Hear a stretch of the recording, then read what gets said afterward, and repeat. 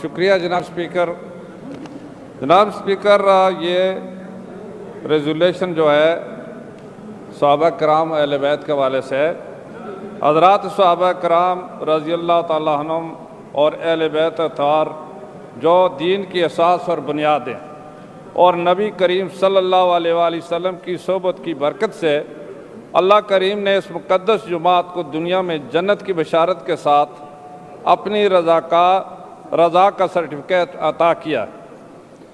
قرآن کریم میں سینکڑوں آیاتیں اور نبی کریم صلی اللہ علیہ وسلم نے بے شمار احادیث میں انہیں بہترین قابل تقلید جماعت قرار دیا ہے.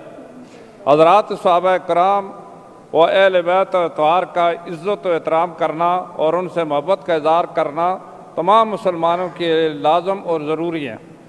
ان حضرات پر تنقید کرنا بالکل ناجائز اور حرام ہے.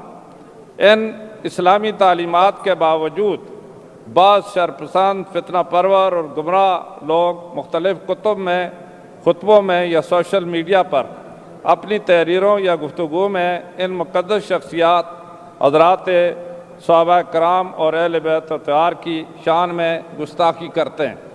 لہٰذا یہ اسمبلی صوبائی حکومت سے سفارش کرتی ہے کہ وہ وفاقی حکومت سے اس امر کی سفارش کرے کہ صوبوں اور وفاق کی سطح پر اس توہین کو روکا جائے اور بالخصوص متعلقہ ادارے پیمرا، سائبر کرائم، FIA اس گستاخی کو فی الفور روکنے کے لیے مؤثر اقدامات اٹھائیں.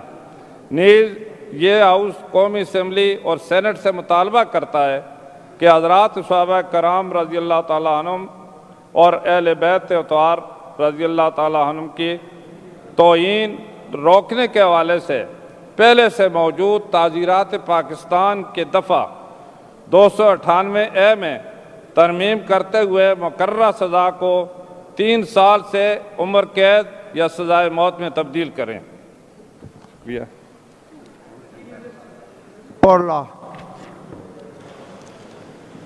جناب سر، یہ تو ہم سب لوگوں کا مذہبی فریضہ ہے کہ ان ہستیوں کی ہم عزت کریں، اور ہمیں کوئی اعتراض نہیں ہے اگر یہ ریزولوشن پاس ہو. یہ ہمارا مذہبی فریضہ ہے میرے خیال میں. سر، Is this the desire of the House that the resolution moved by the honorable member may be passed?